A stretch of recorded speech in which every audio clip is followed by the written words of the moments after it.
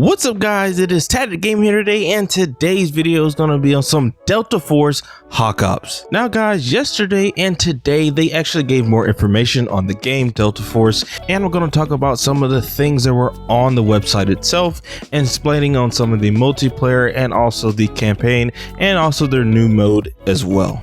Now for the information on the campaign will be set during the time of the Black Hawk Down situation, and it says here, iconic scenes, rediscover the timeless charm of Mogadishu town, street battles, night ops, and crash sites.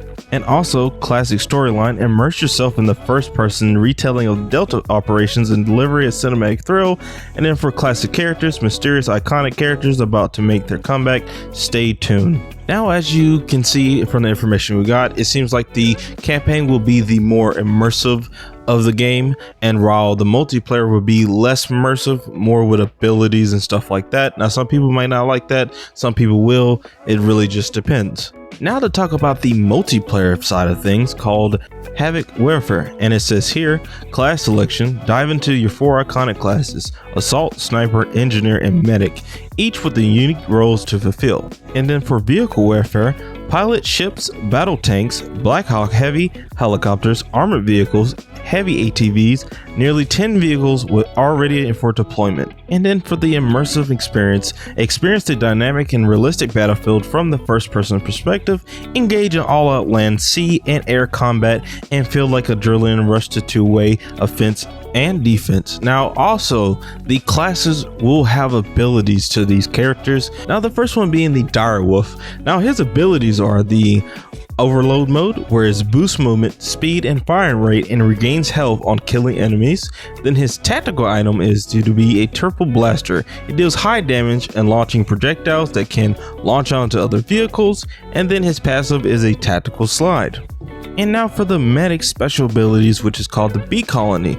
Now the first one is the special gear, which is called the high-tech gun, able to lock onto multiple squad members and provide accurate healing shots to them and himself. And then his tactical item is the Hive smoke screen. Deploys the smoke screen with the UAVs, hives that can dynamically change directions and alter the trajectory of the smoke screen. And now for his passive, which is called the Efficient Rescue. The squad member he rescues will be restored to full health. And now for the engineer, which is called Shepherd, and the abilities he has is the special gear called the Sonic UAV, periodically unleashes a wide range sonic suppression and rendering enemies recon arrows. And then for his tactical item called the Sonic Trap, where it's a deploy on various surfaces and can slow down and damage enemies. And then for his passive is a resonant defense, or reduces taken from the explosives. And now for the next one being the Recon, and then her name is Luna, and her special abilities are the Kinetic Recon Arrow, arrows that can scout out targets along with their trajectory, proving highly effective when they are fired into the air. And then the tactical item is the Volt Arrows, where arrows are delivered continuous electrical shocks to designated area and dealing damage over time. And then for the passive being the Smart Analysis, where it just marks damage enemies. Alright guys, now we're going to talk about their other mode called the Hazard Operations, and it says here, tactical decisions. Form a versatile 3-man squad and choose the classes and gear and maps and routes to fly and adapt to any situation.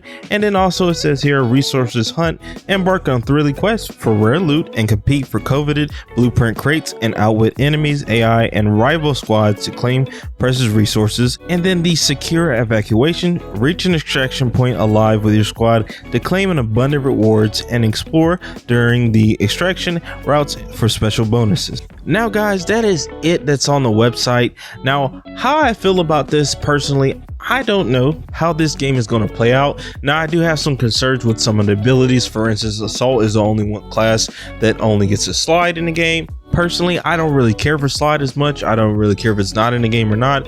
But I do feel like this will be a concern for some, that only one class has that ability itself. Now I honestly, some people disagree with the fact that it's chasing some trends. To me personally, I just want it to play good and actually be fun to play. I don't really care for the whole issue of them trying to trace a trend.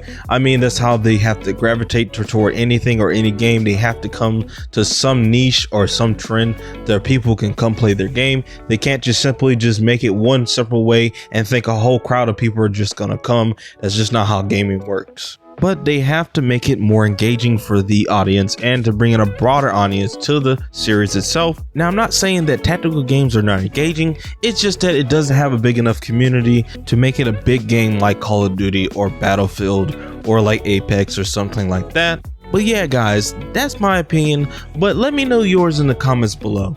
And if you want more gameplay or just news on Delta Force, you know what to do. Hit that like and subscribe button, and it is TTTG here, and I'm out. Peace.